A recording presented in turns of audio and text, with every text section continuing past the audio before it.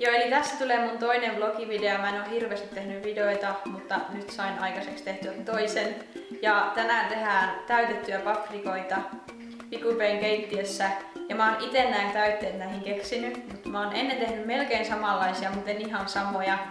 Ja saan nyt nähdä mitä tosta tulee, mutta ei tässä oikeastaan muuta selitettävää oo, että mennään vaan tonne keittiön puolelle.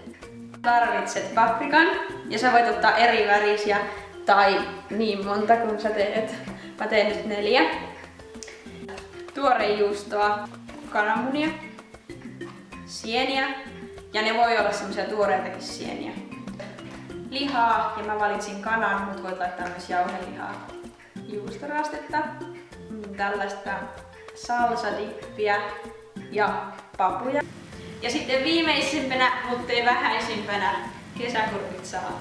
Sitten ensimmäisenä aloitetaan siitä, että leikataan tästä näistä paprikoista tää kanta irti. Ja sitten sen jälkeen kun ollaan leikattu tää kanta irti, niin pestään nämä paprikat.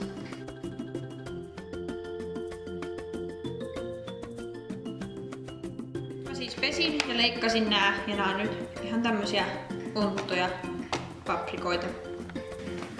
Joo, elikkä tässä on tää kesäkurpitsa ja tää on ihan luomua, koska tää on kasvanut tuolla meidän omassa maassa. Ja siis tästä vaan leikataan, no mä nyt leikkaan tästä ensin tämmösen, voitohan niin kuvaa, tämmösen suikaleen.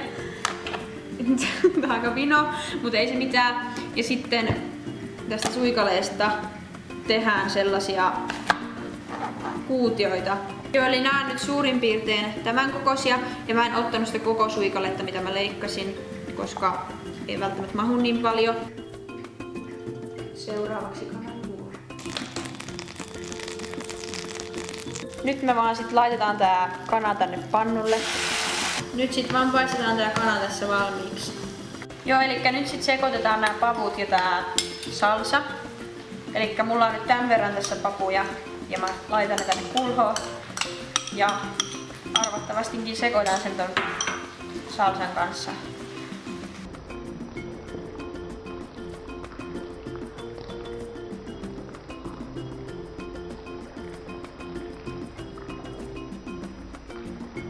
Mä silleen silmämääräisesti arvioin nyt tän salsan määrän. Ehkä joku 3 lusikallista voisi olla hyvä. Mun pitää nyt vaan hakea joku juttu, millä mä sekoitan tän. Tai mähän voin sekoittaa sen tällä lusikalla, jos mä en laita sitä takaisin tonne. Joo, elikkä sit mä vaan sekoitan nää ja jos tää nyt näyttää siltä, että tää olisi sen näköistä, mitä tähän pitäisi olla, niin... Joo, elikkä tää näyttää nyt suurin piirtein tällaiselta. Ja mä laitan tästä nyt tasalämmön ja sitten 225 suurin piirtein lämpötilaksi. Seuraavaksi me valmistellaan vuoka. Ja mä itse käytän tämmöstä vuokaa, koska tää on niinku, pitää ne paprikat tosi hyvin niinku koossa. Mut nää voi tehdä myös pellillä, mut suosittelen tätä.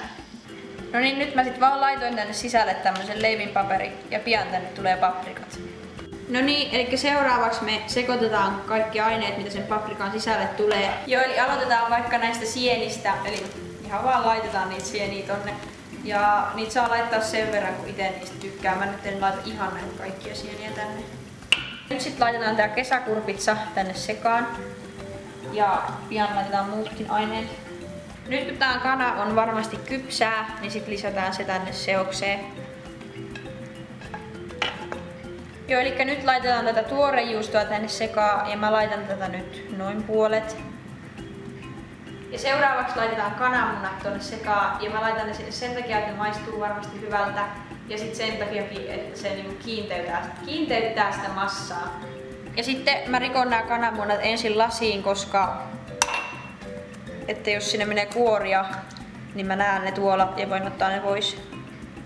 Joo, eli mä sekoitin nämä keltuaiset ja valkuaiset keskenään ja nyt mä vaan kaadan ne tänne seokseen.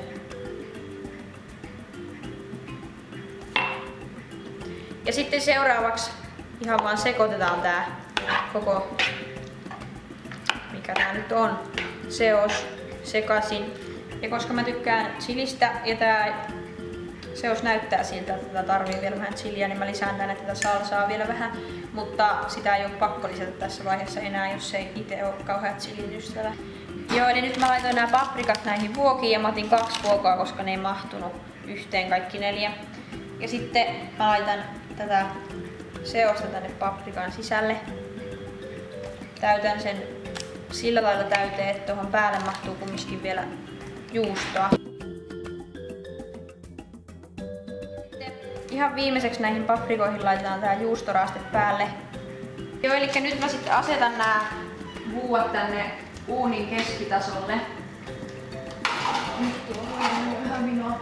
No, mutta siis molemmat tänne.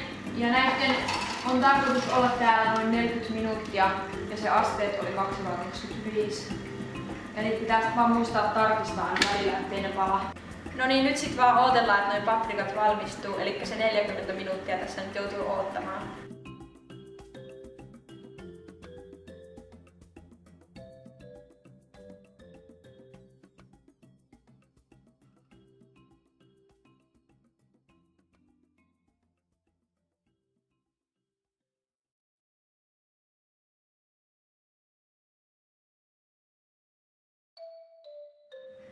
Äiti, kauan on jo ollut tuolla uunissa?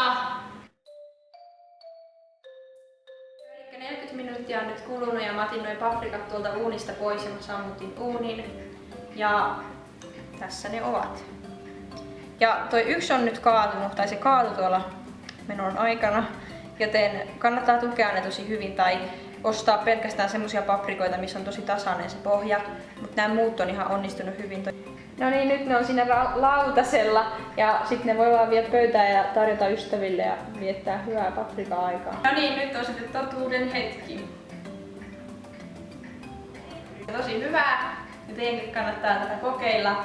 Ja jos sä kokeilet tätä, niin laita Instagramin kuva ja kirjoita siihen, että #vikukokkaa. Tää video oli nyt tässä ja mä taidan mennä syömään näitä mun paprikoita. Paprikan!